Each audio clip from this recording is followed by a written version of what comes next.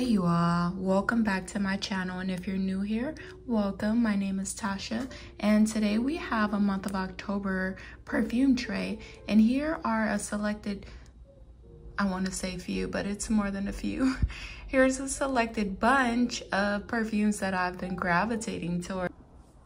So first fragrance, we have Roses Musk by Montel Paris, and this fragrance right here is a rose musky powdery floral, white floral. And it doesn't have many notes to it, but the notes that are in this fragrance is rose, musk, and jasmine.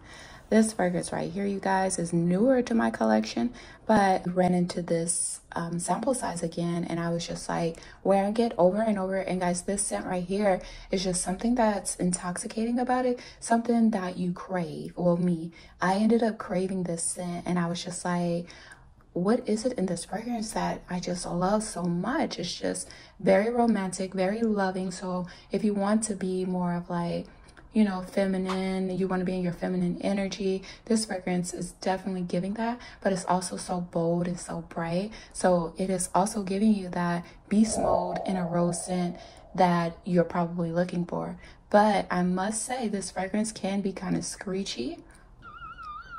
And when I say screechy, I mean like it could come off maybe irritating to others. I haven't had anyone tell me that it was irritating towards them, but it can get so bright and so sharp that you're just kind of like, can everybody else smell this? And is it bothering them? But it's something about it that I love. And as the day goes on, it gets calmer and calmer and calmer. So then you still get that brightness from it, and that rosy scent is no longer really loud. It's just very muted at that point, and it's just a soft, lovely fragrance at that point. So yes, I love this Roses Musk by Montel Paris, and I've been wearing it often. And I haven't just been wearing this one alone, I've been adding other fragrances to it too, and that's the fragrance that I'll do next. Next fragrance is the Valentino Born in Roma, and this one is the Yellow Dream. And oh my god, it is almost gone. Can you see that dent? Ooh, she loves this fragrance. Speaking in third person, I love this fragrance. It's just something about it that is just like that everyday scent that goes with anything. So if you are feeling like you want that errand, you know, running errands, that going to work, that going to the gym, that just being out and about, it's just a great everyday scent. And so with this fragrance, you can kind of just like mix and match it with multiple perfumes in your collection. So that's why I've been loving this one. And this was a love at first sniff.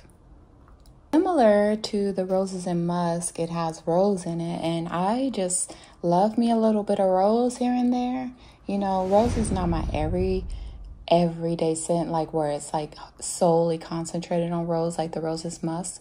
But in the rose in this fragrance, it's there, but it's not that bright. You know, it doesn't really shine in this fragrance that much. This fragrance I also end up mixing with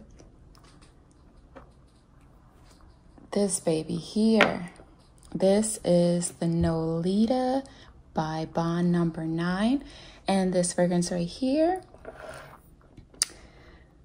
I love it. It's just so rich to me in a way to where I think of money when I'm wearing this fragrance. I think of that green money, like crisp green, fresh out the press. Never had fresh out the press green money, but I have had close to fresh out the press where the bills feel brand new, and that's what this fragrance reminds me of.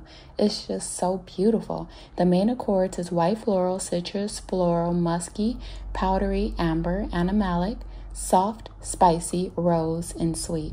Okay, that fragrance has rose in it too, and that's probably why I'm pairing them together so often, because I just love the rose. So the top notes in this fragrance is tangerine and freesia. Middle notes is lily, jasmine, sambac, and rose. And then the base note is musk, amber, and sandalwood.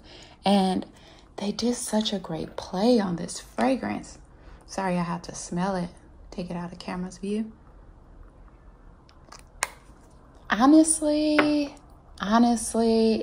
if I had to buy another Bond Number 9 fragrance, it would have to be this one over and over again because it's just so crisp and clean and just bright, but still subtle, but still like I'm in my bag, you know, like that new / old money, like it's middle money.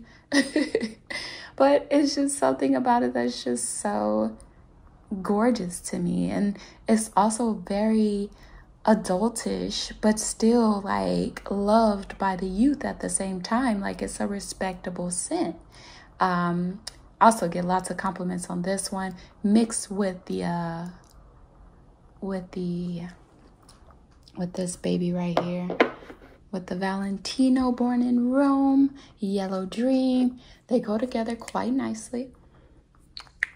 And when I'm spraying these, I honestly spray more of this one and then a little bit less of this one because this one's way more expensive. And also because you don't need that much of this one. But this one, that everyday scent, I just like to douse myself in it. Moving on.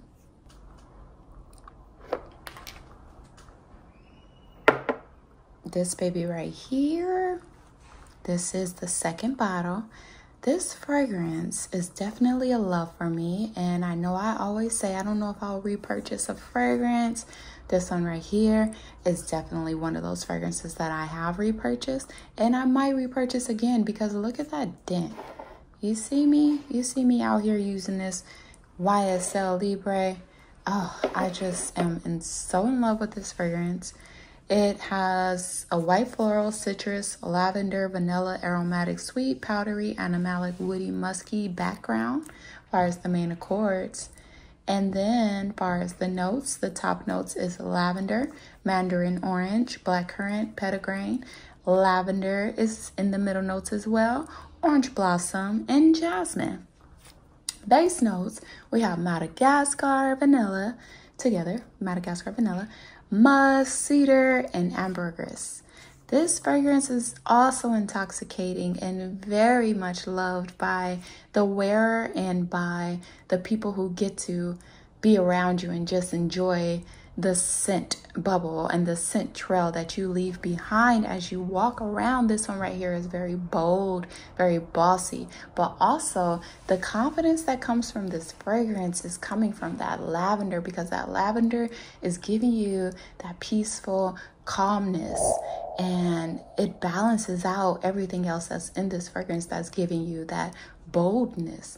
So within saying all of that, I just feel as if this is confidence in a bottle, because again, you get the calmness, but you get the boldness at the same time. So this fragrance right here is loved, truly loved.